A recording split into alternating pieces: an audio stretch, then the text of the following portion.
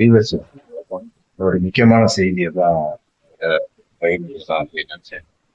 Social மீடியால ஒரு செய்தி பார்த்தேன். பார்க்க ஆச்சரியமாகவும் வியப்பாகவும் இருக்கு. அது ரொம்ப பிரமிப்பா இருக்கு.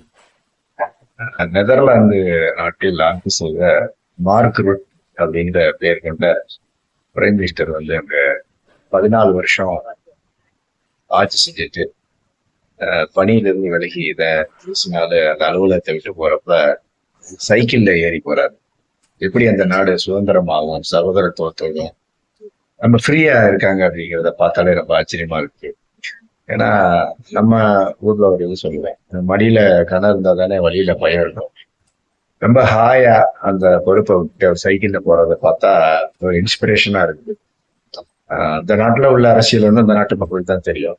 ஆனா அந்த இப்படி ஒரு பிரதமர் வந்து ரொம்ப சாதாரணமா சைக்கிள்ல விட்டுட்டு போற அந்த ஒரு காட்சி வந்து குறிப்பா எனக்கு வந்து ஒரு இன்ஸ்பிரேஷனா இருக்கு. அப்படித்தான் பதவியை எல்லாம் உதறிட்டு நம்ம மனுஷனா இருக்கணும், வாழணும். வாழும்போது மத்தவங்க மகிழ்ச்சியை வச்சுக்கணும், நம்மளும் மகிழ்ச்சியா இருக்கணும். மத்தவங்களுடைய வாழ்க்கையில மகிழ்ச்சிக்கு காரணமா நம்ம இருக்கணும். அப்படி இருந்தாதான் இப்படி எல்லாம் வந்து போக முடியும். ஆஹ் உங்களுக்கும் பிடிச்சிருந்தா அதை பாருங்க.